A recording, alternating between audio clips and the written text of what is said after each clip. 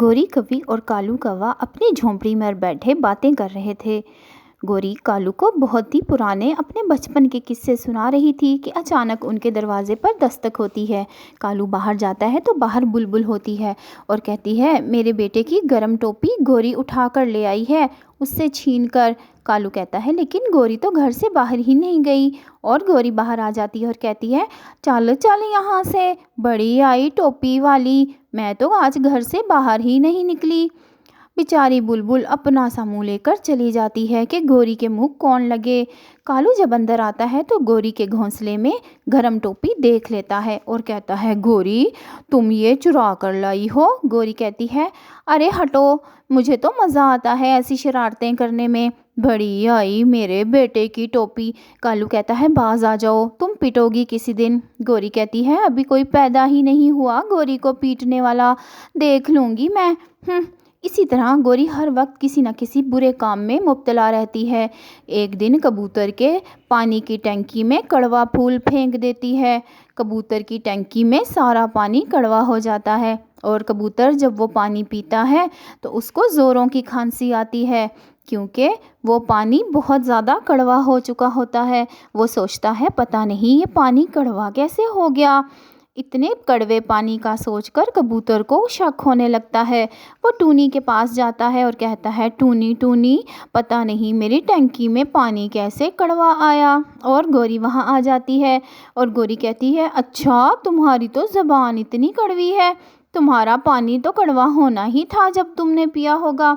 اور پھر ایک دن کبوتر کا بیٹا ککی اور ٹونی کی بیٹی سنہری بیٹھ کر دانہ کھا رہے ہوتے ہیں کہ وہاں گوری آتی ہے اور کہتی ہے، پتہ ہے میں چڑیل ہوں، اور اپنی آنکھیں گھما گھما کے دکھاتی ہے۔ بچے ڈر جاتے ہیں اور کہتی ہے، میں تمہیں کھا جاؤں گی، یہ دانہ مجھے دے دو۔ کبوتر کہتا ہے، آنٹی مجھے نہ کھانا، اس کو کھا لو، اس کے بابا نہیں ہیں، مجھے کھاؤ گی تو میرے بابا ماریں گے۔ اور وہ دانہ اٹھا کر وہاں سے چلی جاتی ہے۔ ککی گھر آ کر اپنی ماں کو بتاتا ہے، مما پتہ ہے جنگل میں نے چڑیل دیکھی، اس نے کہا میں تمہیں کھا جاؤں گی اور ہمارا دانہ لے لیا۔ اور اس کی ماں نے کہا، بیٹا کوئی چڑیل وڑیل نہیں ہوتی۔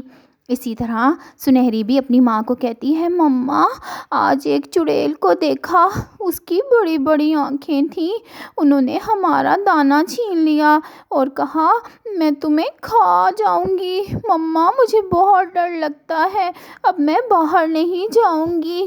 اور اس کی ماں کہتی ہے، نہیں بیٹا کوئی چڑیل وڑیل نہیں ہوتی۔ لیکن سنہری بہت زیادہ ڈر گئی ہوتی ہے۔ گھر آ کر گوری کالو کو وہ دانہ دیتی ہے اور مزے لے لے کر سناتی ہے، پتہ ہے کالو جی، چڑیل بن کر میں نے وہ آنکھیں گھمائی کہ بچوں کا تو دم ہی نکل گیا، دانہ چھین کر لائی ہوں ٹونی کی بیٹی اور کبوتر کے بیٹے سے، لو لو کھاؤ، بڑے مزے کا ہے۔ کالو کہتا ہے، ٹونی اپنی حرکتیں چھوڑو ورنہ تمہیں کسی دن بہت بڑا نقصان اٹھانا پڑے گا۔ پھر ایک دن گوری کہیں جا رہی ہوتی ہے کہ وہاں پر وہ چیل کو دیکھتی ہے۔ وہ چیل نئی نئی آئی ہوتی ہے وہاں، چیل کا منہ دوسری طرف ہوتا ہے، اس لیے وہ گوری کو نہیں دیکھ پاتی۔ گوری کو ایک ترکیب سوجھتی ہے، وہ پھر ایک نئی شرارت کرنے کا سوچتی ہے اور ٹونی کے پاس جا کر کہتی ہے، ٹونی ٹونی تمہیں وہاں پر نا بوڑھی فاختہ بلا رہی ہے، بڑی تکلیف میں ہے۔ ٹونی کہتی ہے، اچھا لیکن مجھے کیوں بلایا ہے؟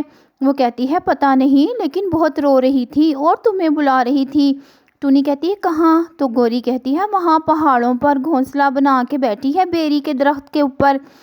اور ٹونی فٹافٹ وہاں سے اڑتی ہے اور گوری ہنسنے لگتی ہے۔ جب ٹونی وہاں پہنچتی ہے تو چیل کا منہ دوسری طرف ہوتا ہے۔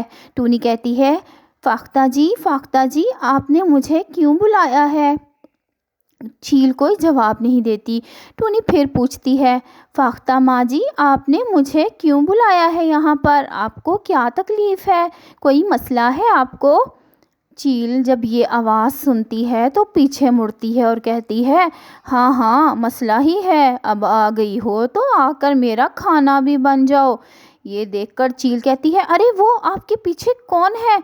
اور پھر چیل جیسے ہی دوسری طرف منہ کرتی ہے یہ دیکھنے کے لیے کہ میرے پیچھے کون ہے، کہ ٹونی وہاں سے اڑ جاتی ہے فٹافٹ تاکہ چیل اس کو پکڑ نہ لے۔ کیونکہ اس کو سمجھ آ جاتی ہے کہ یہ سب دھوکہ گوری نے کیا ہے اس کے ساتھ۔ چیل بھی اس کے دھوکے میں آ کر دوسری طرف دیکھتی ہے اور ٹونی بھاگ جاتی ہے۔ اس طرح چیل کے ہاتھ سے ٹونی نکل جاتی ہے اور چیل بہت غصے میں آ جاتی ہے کہ ایک شکار اس کے ہاتھ سے چلا گیا، کیونکہ اس کو تو پتہ ہی نہیں ہوتا کہ اس کے پیچھے ٹونی بیٹھی ہے، اور ٹونی سمجھ چکی ہوتی ہے ساری چالاکی گوری کی، اور آ کر لمبے لمبے سانس لیتی ہے ٹونی کہ بچ کر آ گئی، اور کہتی ہے اس گوری کو تو سبق سکھانا پڑے گا، یہ تو وہ حد سے بڑھتی جا رہی ہے، کیا کروں میں؟ ایسا سوچتے ہوئے ٹونی کو بہت غصہ بھی آ رہا ہوتا ہے۔ پھر ایک دن ٹونی الو کے بیٹے کے پاس رکتی ہے اور کہتی ہے، اوئے الو کے بچے، تو آنکھیں پھاڑ پھاڑ کر مجھے کیا دیکھ رہا ہے؟ الو کا بیٹا کہتا ہے، آنٹی میں کب آنکھیں پھاڑ رہا ہوں، میری تو آنکھیں ہی ایسی ہیں، اور گوری اس کو 3-4 تھپڑ مار دیتی ہے اور گھر آ کر سو جاتی ہے۔